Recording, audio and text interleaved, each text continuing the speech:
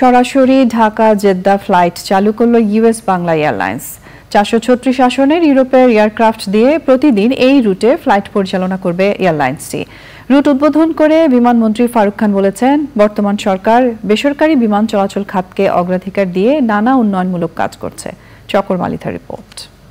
এখন জন্ম সনদ দিয়ে খোলো বিকাশ স্টুডেন্ট অ্যাকাউন্ট। নিজের বিকাশ নিজে কর।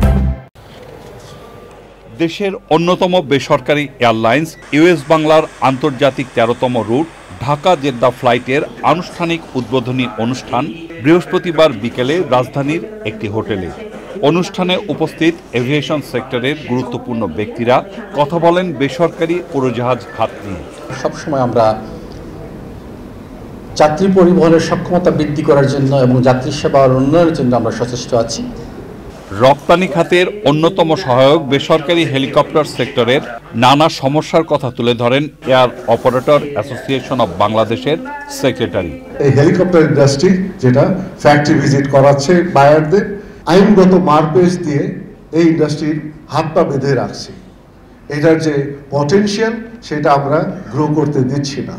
অনুষ্ঠানের প্রধান অতিথি বিমানমন্ত্রী এয়ারলাইন্সগুলোকে ভাড়া নির্ধারণের ক্ষেত্রে আরও জনবান্ধব হতে বলেন। সরকারের প্রধান উদ্দেশ্য জনগণের সেবা করা, তারা যাতে উন্নত সেবা পায়, ভালো সেবা পায় এবং সঠিক মূল্যে পায়।